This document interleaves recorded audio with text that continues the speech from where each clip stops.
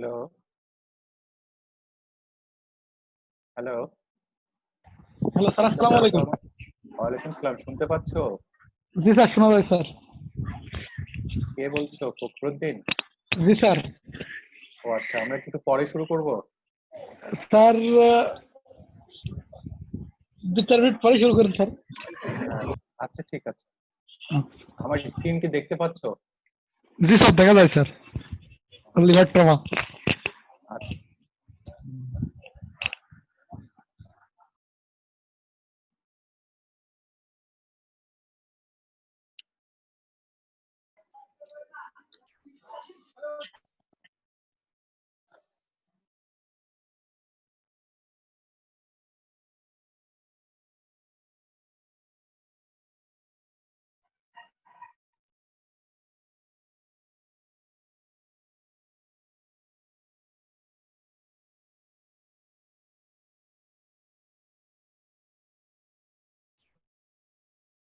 জি sir, শুরু। Hello, hello. Hello sir, শুরু করে দেন। শুরু করে দেবো না, পার্টিসিপেন্ট তো কম দেখছি, মাত্র স্যার 30 জন। আর তো মনে হয় বাড়বে না, না? বাড়বে স্যার, এতদিন তো 2-1 জন ভালোই ছিল, 50 জনের মতো ছিল। স্যার আসবে স্যার, সমস্যা নেই, ক্লাস শুরু করেন, আসবে না।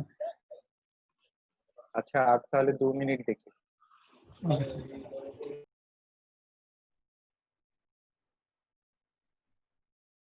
জানি না, আশা করি তোমরা ভালো থাকো, ভালো আছো।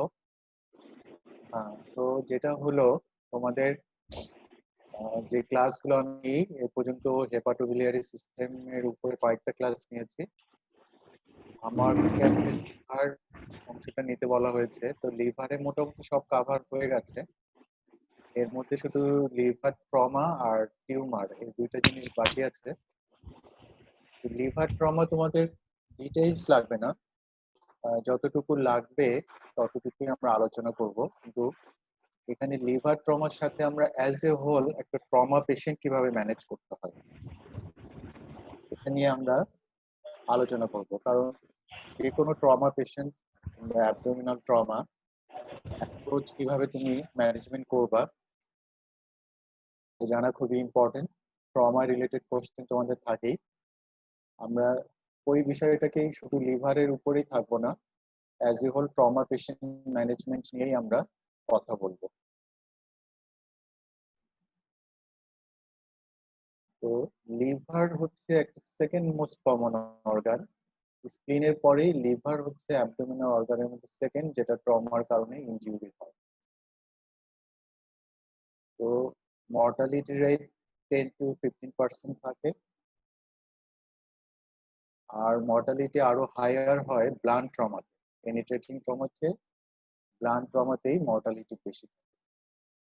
আর আমরা দেখি যে রাইট লোবটাই যেহেতু অ্যাবডোমেনকে বেশি অকুপাই করে রাখে, এই জন্য রাইট লোবেই বেশি ইনজিউরিটা হয়। আমাকে না শুনতে পেলে, আমার কথা না বুঝতে পারলে একটু মাঝে মাঝে বলবো আমাকে। এখানে আমরা একটা ছবি দেখতে পাচ্ছি, এটা আসলে একটা compression injury to the liver, bursting the liver substance. এটা বেরিজ অ্যান্ড লাভ থেকে নেওয়া। আসলে বাস্টিং ইনজুরি এজন্য হয়েছে যে লিভারের সামনে তো অ্যাবডোমিনাল ওয়াল, চেস্ট ওয়াল, পিছনে আবার ভার্টিব্রা, সব মিলে যখন একটা কম্প্রেশনের মধ্যে পড়ে, ক্রাশিং ইনজুরির মধ্যে পড়ে, তখন লিভারটা বার্স্ট হয়ে যায়। এরই একটা ছবি এখানে দেওয়া হয়েছে। ইটিওলজি যদি আমরা বলি, তো ব্লান্ট ট্রমাই কমন। ব্লান্ট ট্রমা কি কারণে হতে পারে? আরটি এর জন্য হতে পারে, ফল ফ্রম হাইট হতে পারে, এমনকি অ্যাসল্ট, ডাইরেক্ট ব্লক এর কারণেও হতে পারে। পেনিট্রেটিং ট্রমা, তোমাদের একজনের ভিডিও দেখা যাচ্ছে, এটা বন্ধ করে রাখো, হ্যাঁ? পেনিট্রেটিং ট্রমা যেমন গানশট ইনজুরি হতে পারে, স্ট্যাব ইনজুরি। আর আয়াট্রোজেনিক, আয়াট্রোজেনিক বলতে বুঝি যে আমাদের দ্বারা যেগুলো সৃষ্ট।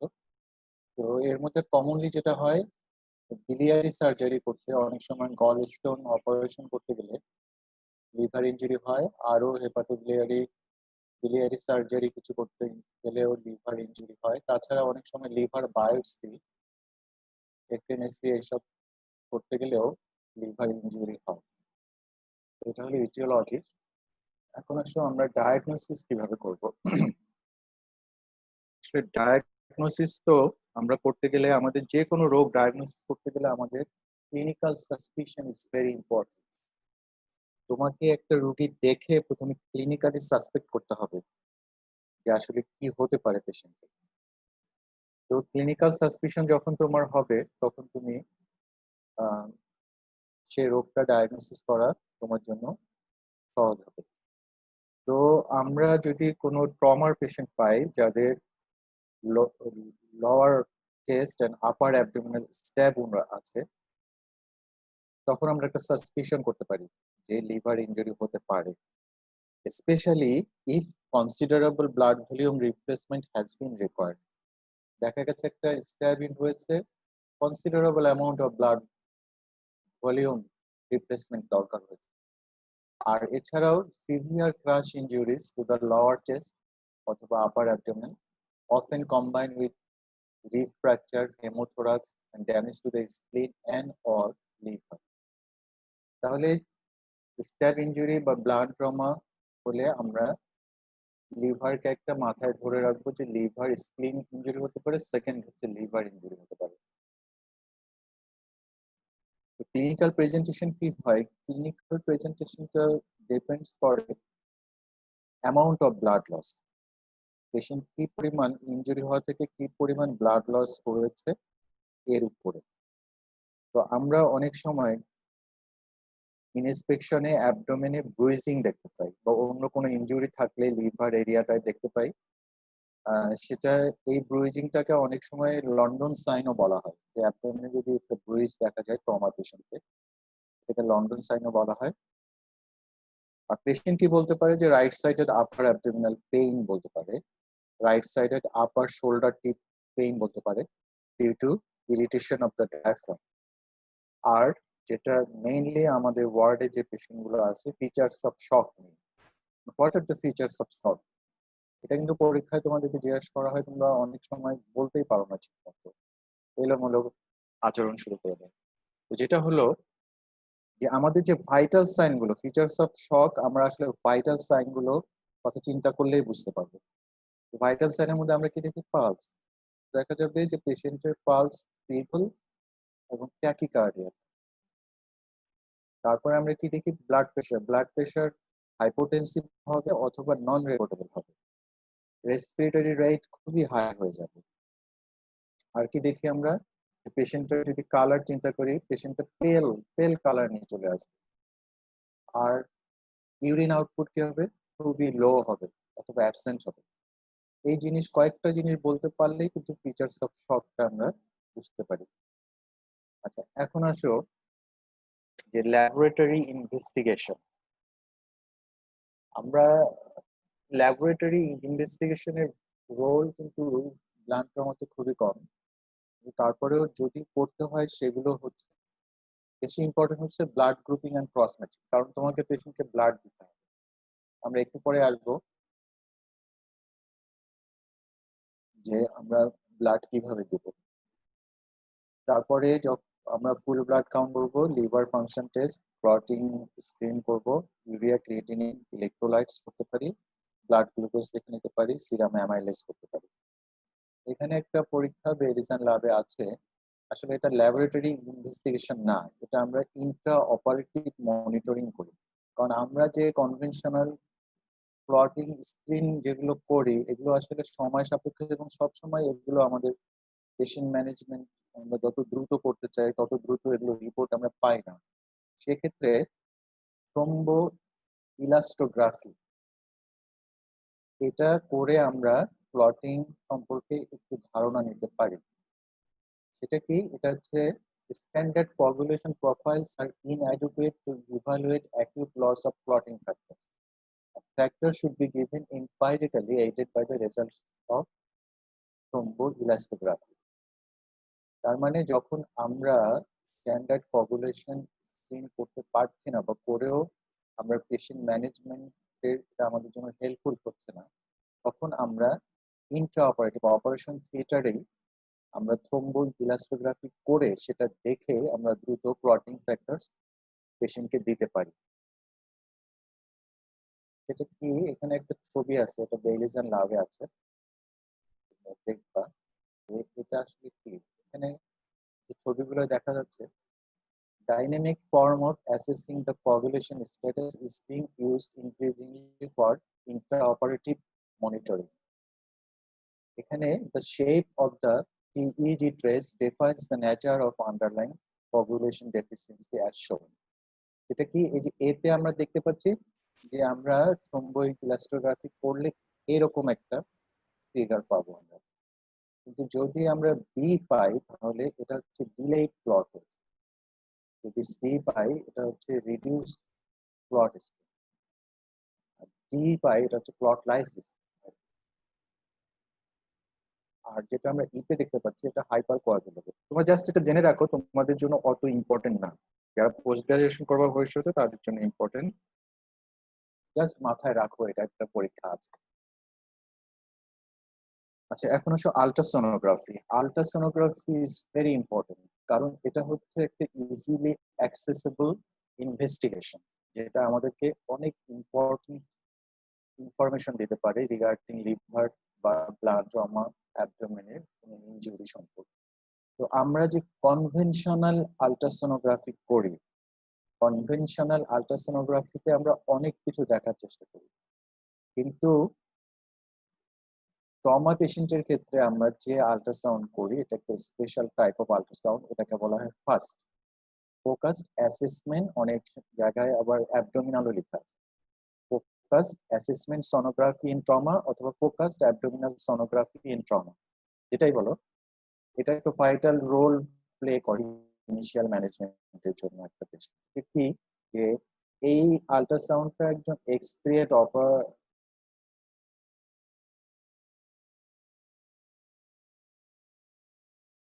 এক্সপিরিয়েন্স করে, যে তো একটা ইমার্জেন্সি রুমে এটা করা হয়। একটা পেশেন্ট যখন ইমার্জেন্সিতে আসে, শকে আসে, ব্লাড ট্রমা হিস্ট্রি থাকে, তখন দ্রুত ফাস্ট করে আমরা দেখি যে আমরা আসলে লিভারের যে প্যারেনকাইমাল ইনজুরি অনেক সময় ফার্স্টে বোঝা যায় না, কিন্তু আমরা দেখি যে ইন্ট্রাপেরিটোনিয়াল ফ্লুইড কালেকশন হয়েছে কিনা, এইটাই ফার্স্টে দেখার চেষ্টা করা হয়।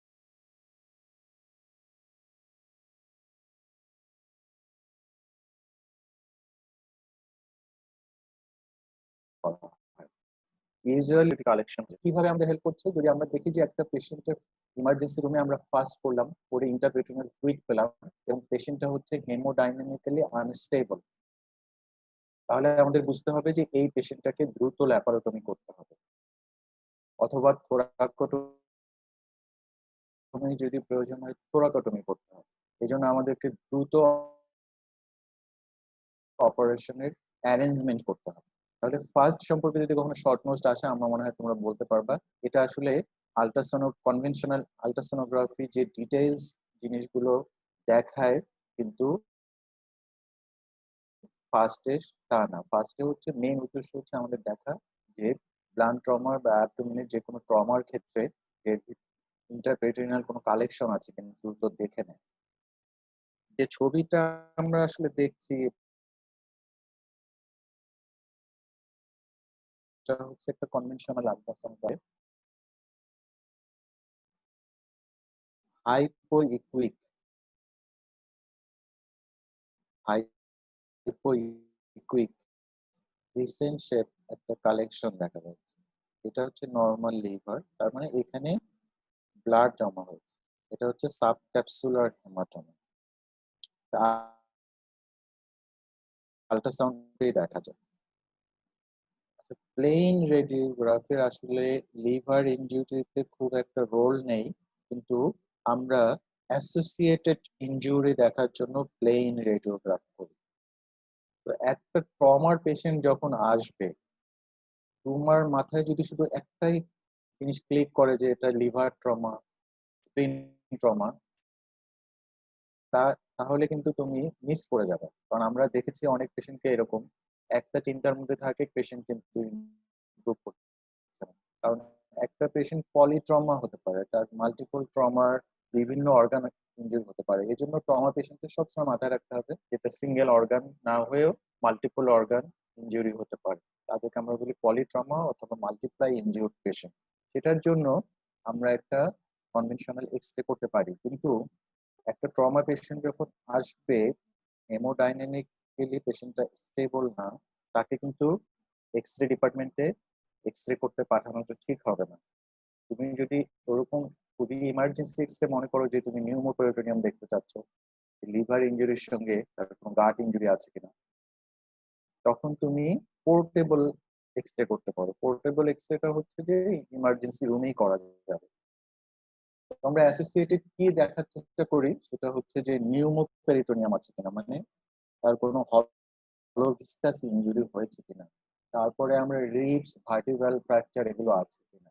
স্পেশালি যদি right sided lower rib fracture থাকে তাহলে কিন্তু লিভার ইনজুরি হওয়ার পসিবিলিটি থাকে। আমরা হেমোথোরাক্স, নিউমোথোরাক্স আছে কিনা দেখে নেওয়ার চেষ্টা করি, কারণ যদি পেশেন্টের ম্যাসিভ হেমোথোরাক্স অথবা নিউমোথোরাক্স থাকে তাহলে ইমিডিয়েটলি আমরা চেস্ট ড্রেন টিউব না দিলে পেশেন্টকে ম্যানেজ করতে পারবো না। আমরা দেখি যে কোনো বুলেট ইনজুরি বা অন্য কোনো মেটালিক ফরেন বডি শরীরের মধ্যে আছে কিনা সেটাও আমরা দেখে ফেলতে পারি। আমরা মেজর ডায়াফ্রামেটিক ইনজুরি দেখে ফেলতে পারি, তাতে দেখা যায় যে ডায়াফ্রামের যে নর্মাল পিসেন শেপ ডোমটা এটা ডিস্টরশন হয়ে যায়। আর গ্রস ডিসপ্লেসমেন্ট অফ অর্গান অনেক সময় বোঝা যায় যদি এক্সরে কোয়ালিটি ভালো হয়, কারণ আমরা যে কোনো প্লেন এক্সরে অ্যাবডোমেনে প্রত্যেকটা অর্গানের একটা হালকা শ্যাডো দেখতে পারি। এটা যদি গ্রস ডিসপ্লেসমেন্ট হয় তাহলে আমাদের মাথায় থাকতে হবে যে কোনো গ্রস ইনজুরি হয়েছে। এখানে একটা প্লেন এক্সরে দেখতে পাচ্ছি আমরা, এখানে দেখো যে মেটালিক ফরেন বডি দেখা যাচ্ছে, সম্ভবত গান শটের কারণে। আমরা যখন প্লেন এক্সরে করি তখন একটা মেটালিক ইন্ডিকেটর বাইরে দিই, দিয়ে সেটা দিয়ে আমরা যে ফরেন বডি আছে তার অ্যালাইনমেন্ট বোঝার চেষ্টা করি, যে এই বাইরের ইন্ডিকেটরটা থেকে ফরেন বডিটা ডানে না বামে না কত ডেপথে আছে সেটা অ্যাসেস করার চেষ্টা করি। এখন আসলে কম্পিউটেড টোমোগ্রাফি। কম্পিউটেড টোমোগ্রাফি হচ্ছে খুবই ইম্পর্টেন্ট যে কোনো ট্রমা পেশেন্ট অ্যাসেস করার জন্য। এটা খুবই ইম্পর্টেন্ট, কিন্তু এটা যেরকম ইম্পর্টেন্ট, কিন্তু এই টোমোগ্রাফি করতে গেলে প্রথম শর্ত হচ্ছে যে পেশেন্টকে হেমোডাইনামিক্যালি স্টেবল হতে হবে। কোনো আনস্টেবল পেশেন্ট, শকের পেশেন্টকে সিটি স্ক্যান করতে পাঠানো যাবে না।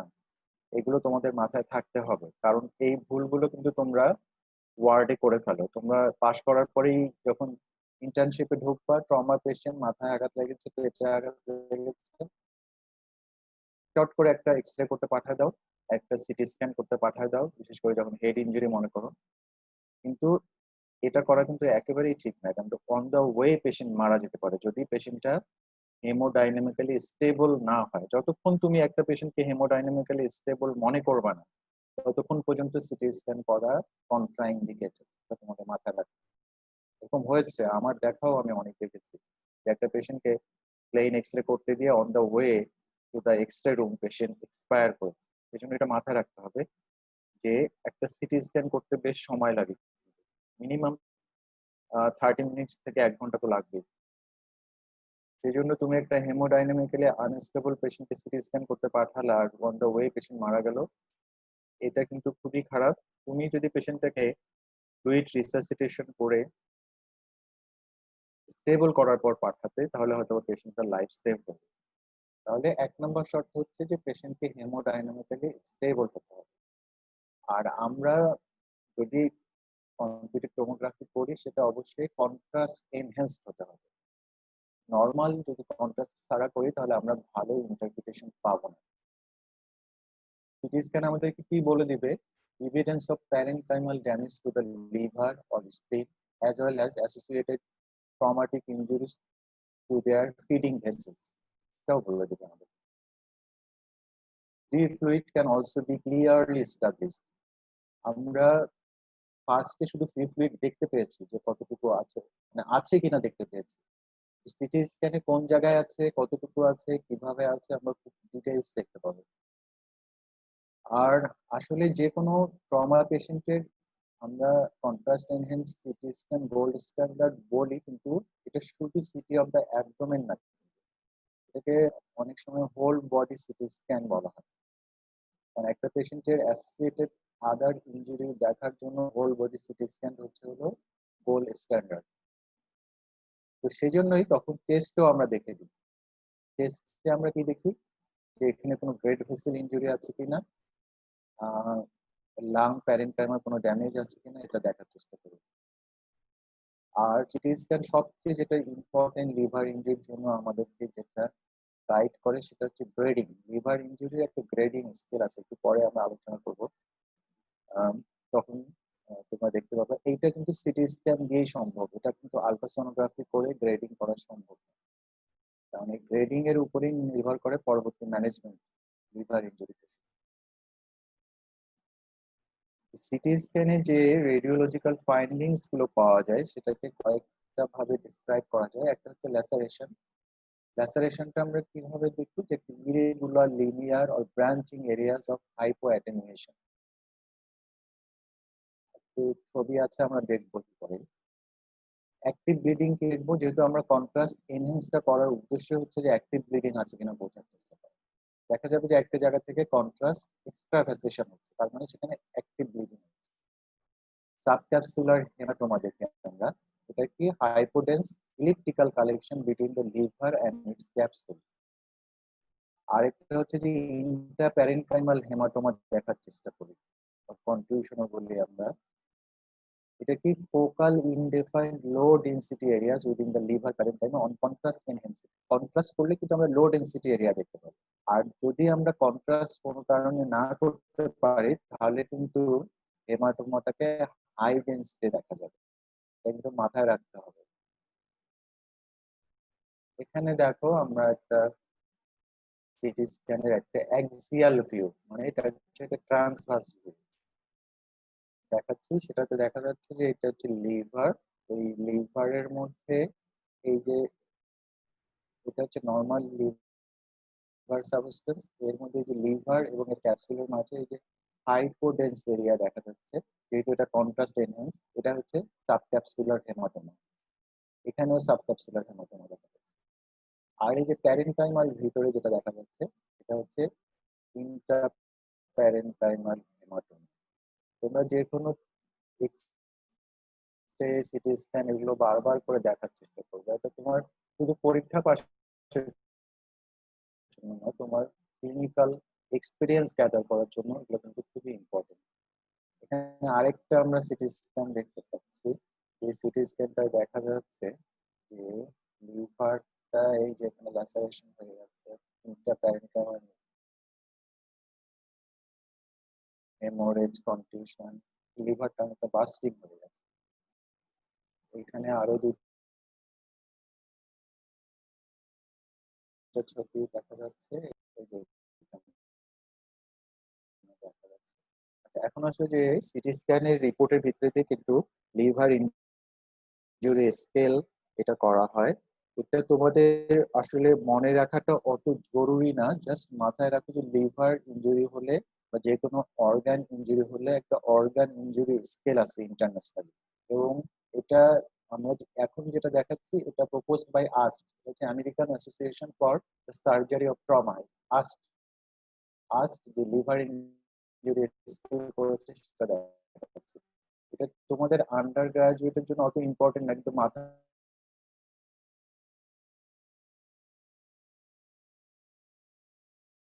রাখো, স্পেশালি পোস্ট গ্রাজুয়েশনের জন্য ভেরি কয়টা গ্রেড করি।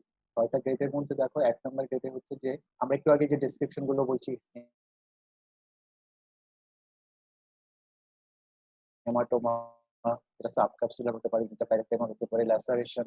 এবং যে সাবক্যাপসুলার হেমাটোমাটা যেটা আমরা দেখতে পাবো বিলো 10%, এটা নিয়ে আমরা এত ডিটেলস বলবো না, এটা মাথায় রাখো।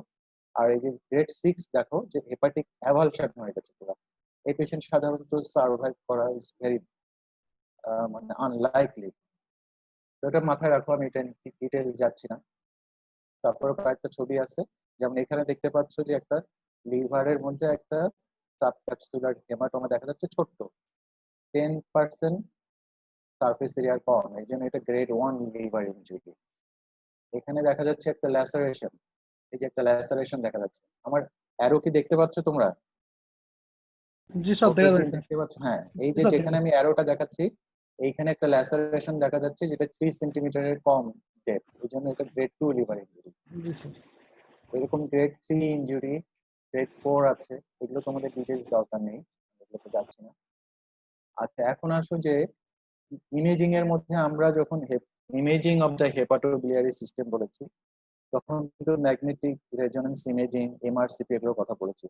কিন্তু ট্রমা, অ্যাকিউট ট্রমা পেশেন্টের ক্ষেত্রে এগুলো কিন্তু ইম্পর্টেন্ট না, কারণ MRI no added advantage over CT scan আমাকে দেবে না। একটা ট্রমা পেশেন্টকে আমি বিভিন্ন পরীক্ষা করে তাকে একটা বিপত্তির মধ্যে ফেলতে পারি না।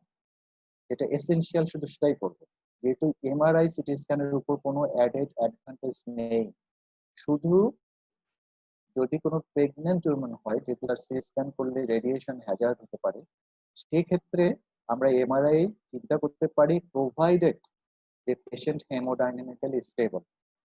সিটি স্ক্যানের চেয়ে এমআরআই করতে আরো বেশি সময় লাগে, ভেরি ইম্পর্টেন্ট। আচ্ছা, আমরা এমআরআইটা পরবর্তীতে করতে পারি, একটা পেশেন্টের ম্যানেজমেন্ট করে পেশেন্ট সার্ভাইভ করে গেছে, পরবর্তীতে আমরা এমআরআই করে যদি প্রয়োজন বোধ করি তখন আমরা ফলো আপ ইভালুয়েশন করতে পারি। কিছু কিছু ক্ষেত্রে এমআরসিপিটার প্রয়োজন হয়, এখানেও কিন্তু প্রোভাইডেড যে পেশেন্ট হেমোডাইনামিক্যালি স্টেবল, কারণ সিটি স্ক্যান করে আমরা বিলিয়ারি ট্রিটা অনেক সময় ভালো মতো দেখতে পারি না। বিলিয়ারি ট্রি যে ইনজুরি হয়, বাইল ডাক্ট, কমন হেপাটিক ডাক্ট, এগুলোর ইনজুরি লেভেলটা সিটি স্ক্যানে ভালো বোঝা যায় না। যদি আমরা বুঝতে না পারি এবং যদি আমরা মনে করি যে বিলিয়ারি ট্রি দেখা উচিত এবং প্রোভাইডেড যে পেশেন্ট হেমোডাইনামিক্যালি স্টেবল, তখন আমরা এমআরসিপি করতে পারি। এমআরসিপি করে আমরা বিলিয়ারি ট্রিটা দেখতে পারি। অ্যানজিওগ্রাফি, অ্যানজিওগ্রাফিও অ্যাকিউট আনস্টেবল পেশেন্টের জন্য প্রযোজ্য নয়। এটা আমরা পেশেন্ট যদি স্টেবল থাকে এবং কন্টিনিউ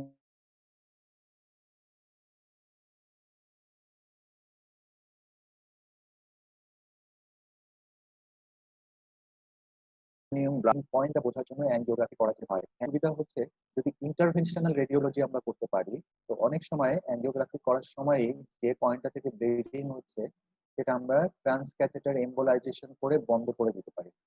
তাহলে ব্লাড লস বন্ধ হয়ে গেলে পেশেন্ট ইমপ্রুভ করে যাবে। যদিও আমাদের সেটিং এ এগুলো সম্ভব না, ঢাকাতেও কিছু কিছু সেন্টারে হয়, সব জায়গায় হয় না।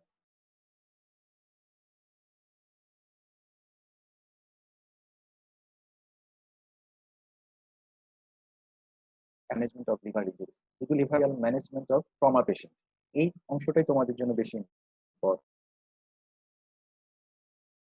তোমাদের বিভিন্ন তো তোমরা নিশ্চয় ট্রমা পেশেন্ট ম্যানেজমেন্টের যে একটা প্রিন্সিপাল আছে নিশ্চয়ই জানো, আমি ভুলে গেছো কিনা জানি না, কিন্তু আমি আবার রিমাইন্ডার করে দিচ্ছি। সেটা হচ্ছে যে কোনো ট্রমা পেশেন্ট ম্যানেজমেন্টের একটা ইন্টারন্যাশনাল প্রোটোকল আছে, প্রিন্সিপাল আছে, সেটা কি এটিএলএস। এটিএলএস এ কি করা হয়, যে একটা ট্রমা পেশেন্টের ম্যানেজমেন্টের একটা গাইডলাইন দেওয়া আছে, সেটা দেখা হয়। সেটা কি এটিএলএস এ কি হয়, এটা কিন্তু তোমরা হয়তো বা ভুলে গেছো, আমি আবার বলে দিচ্ছি। Advance trauma life support, life long তোমাকে মনে রাখতে হবে। সব মেডিকেল গ্রাজুয়েট থেকে শুরু করে যারা মেডিকেল স্টাফ, নার্সিং থেকে সবারই কিন্তু এটিএলএস এর উপর ইম্পর্টেন্স এখন খুবই দেওয়া হচ্ছে, কারণ ট্রমা পেশেন্ট ম্যানেজমেন্টে আমরা খুবই করে ফেলি। অথচ আমাদের একটা সামান্য একটা ইনিশিয়েটিভ একটা ট্রমা পেশেন্টকে বাঁচায় দিতে পারে যদি আমরা সময় মতো সেটা করি। এই জন্য এটিএলএস টা সব সময় তোমাদের মাথায় থাকতে হবে। অ্যাডভান্স ট্রমা লাইফ সাপোর্টের কয়েকটা কম্পোনেন্ট আছে। 1 নম্বর কম্পোনেন্ট হচ্ছে যে primary survey with simultaneous resuscitation.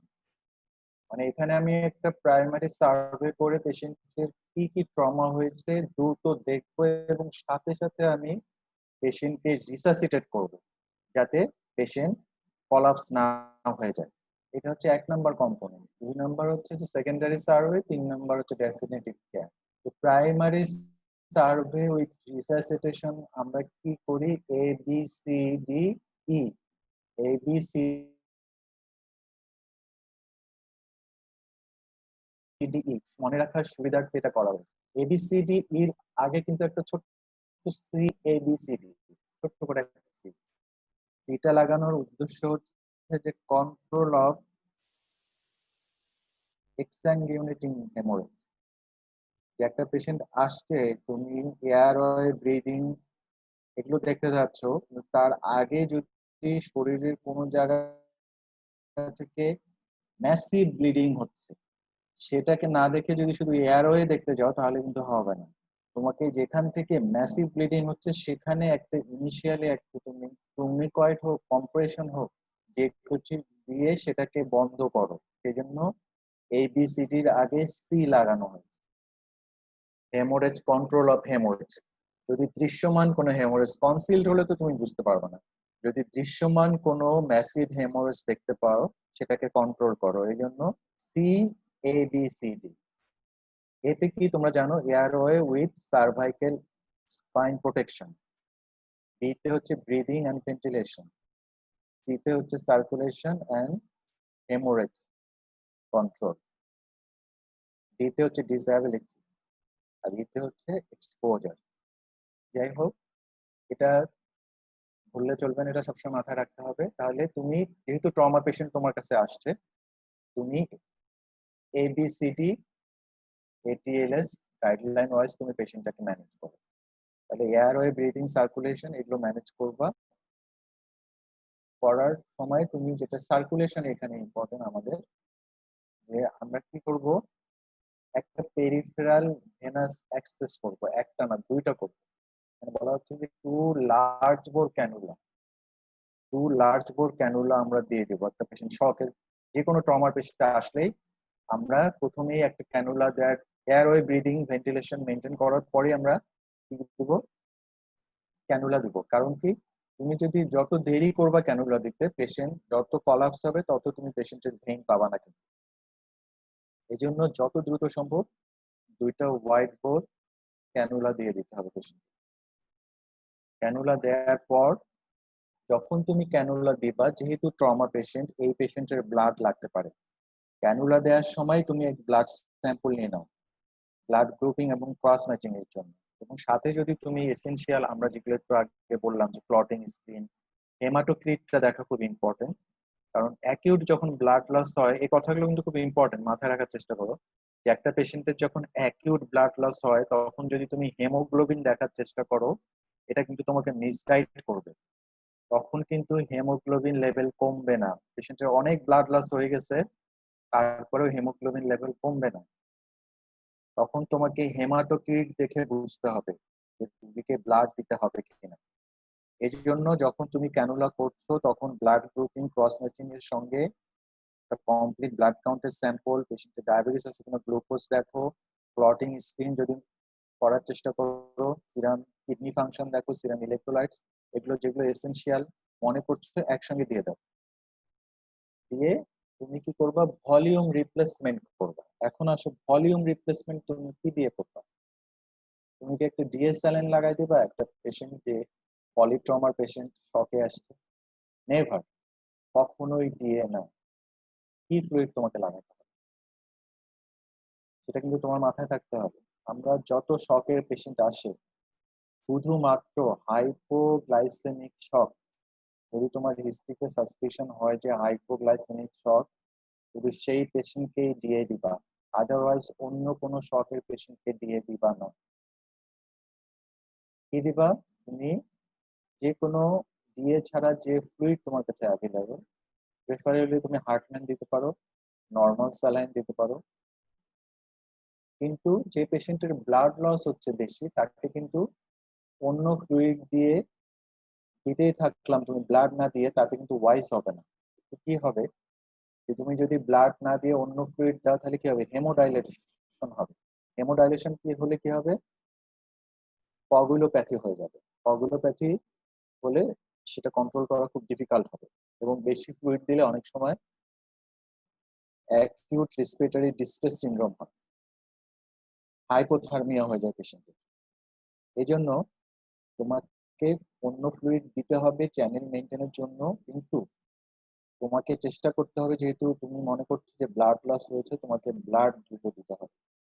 এই জন্যই তুমি প্রথমে যখন হোয়াইট বোর্ড নিডেল দিবা, রিকুইজিশনে যদি পেশেন্ট দেখো বেশি সুবিধা না, তুমি পেশেন্ট পার্টিকে বলে দিবা যে 10 ইউনিটস এর মতো রক্ত আপনারা জোগাড় করেন।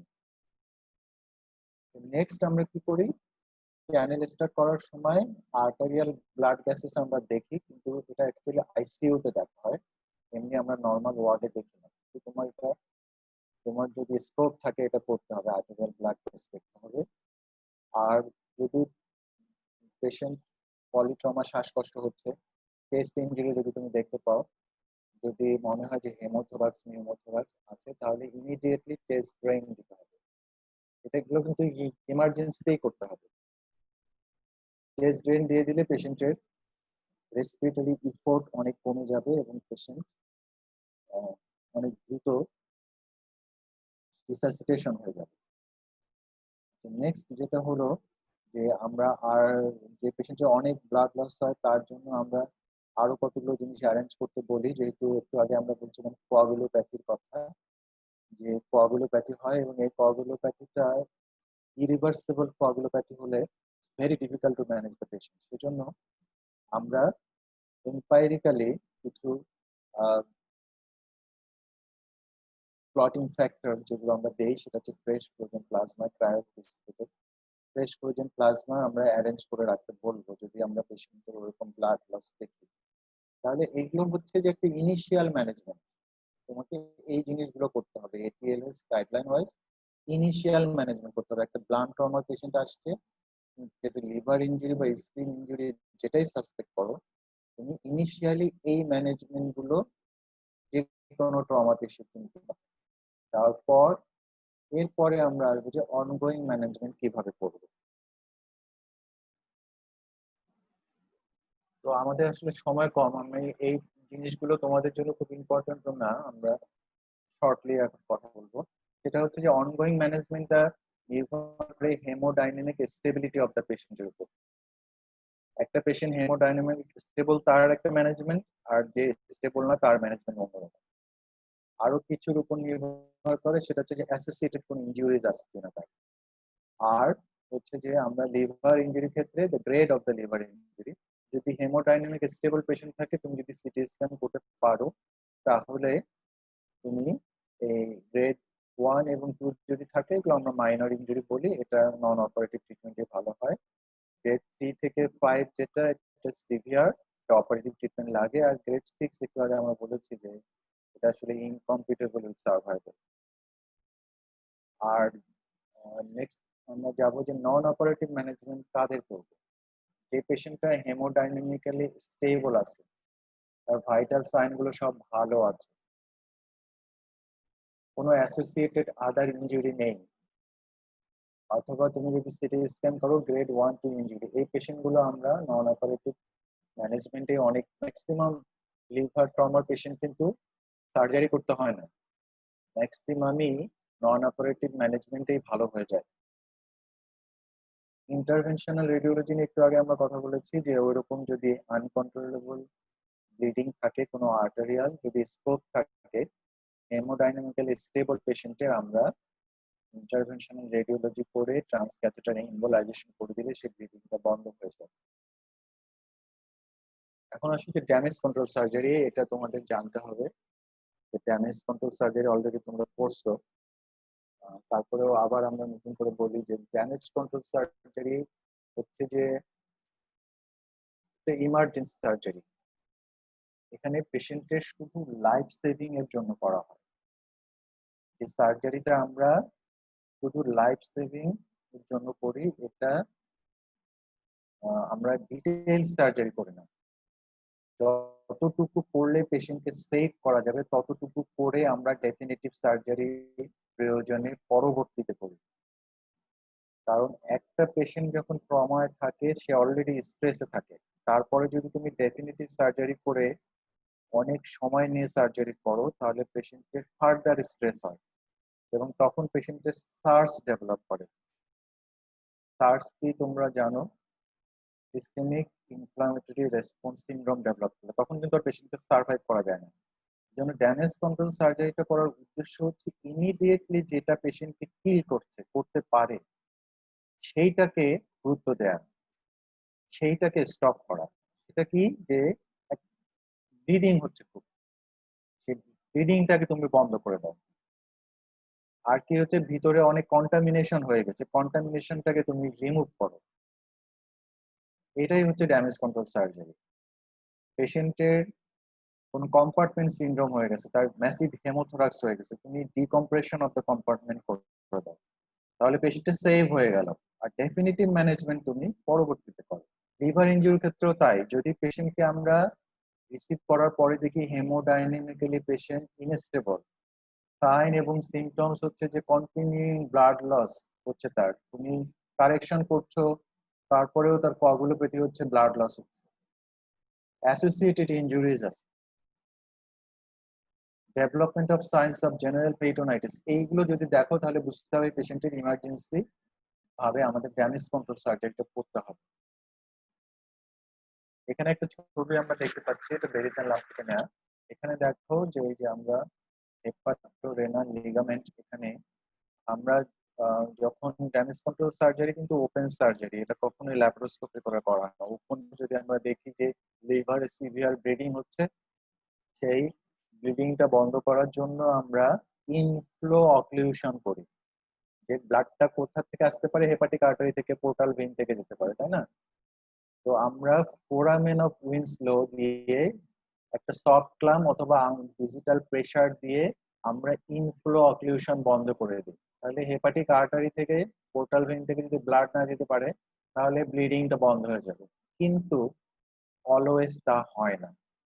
যখন আমরা ইনফ্লো, এই এই ম্যানুভারটার নাম হচ্ছে প্রিঙ্গেল ম্যানুভার, এটাকে বলে Pringle manoeuvre, vascular inflow occlusion করা হয়।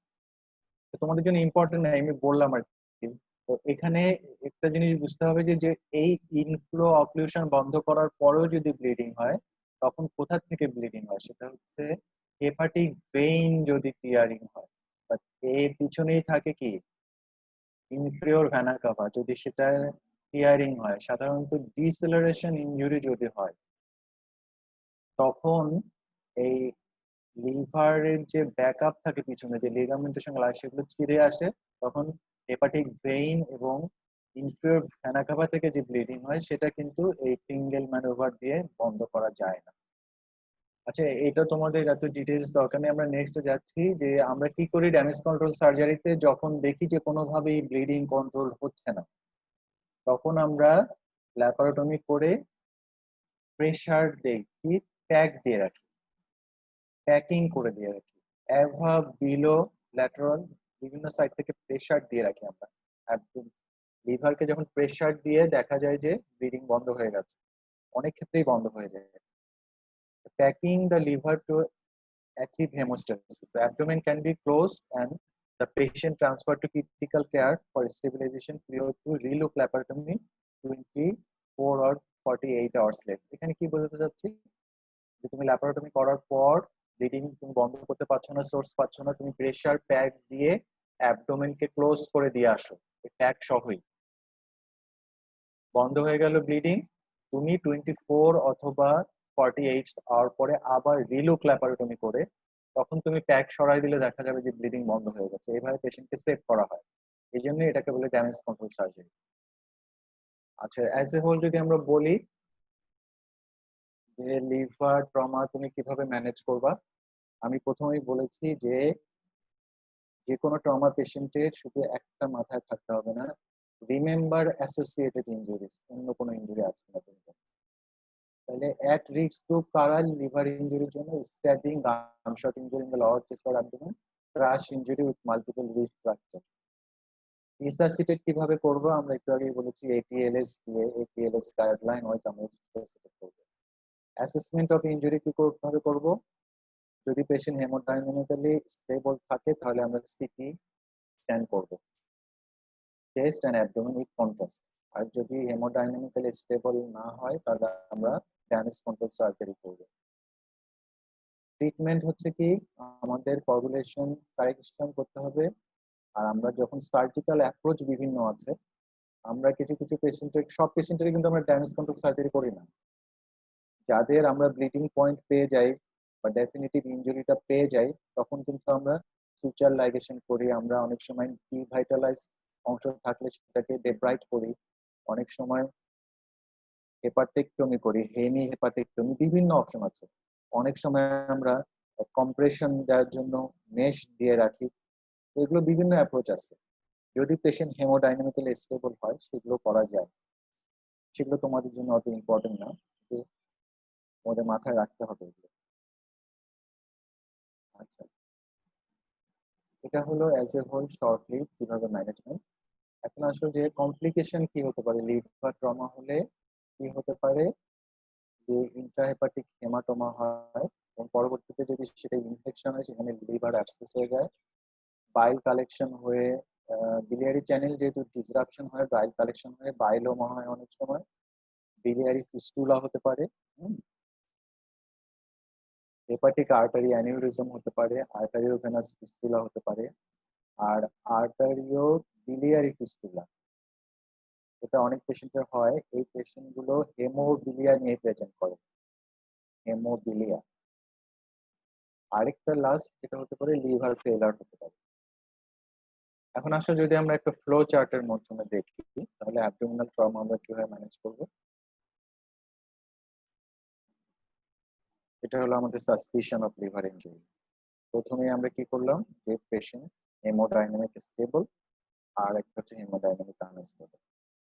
যদি স্টেবল হয় হেমোডাইনামিক্যালি, তুমি রিসাসিটেট করতে পারছো, তাহলে আমি রেডিওলজিক্যাল ইনভেস্টিগেশন করলাম, করে কি দেখলাম নো অ্যাক্টিভ ব্লিডিং, তাহলে আমি এই পেশেন্টটাকে কনজারভেটিভলি ম্যানেজ করে ভালো করে দিতে পারি।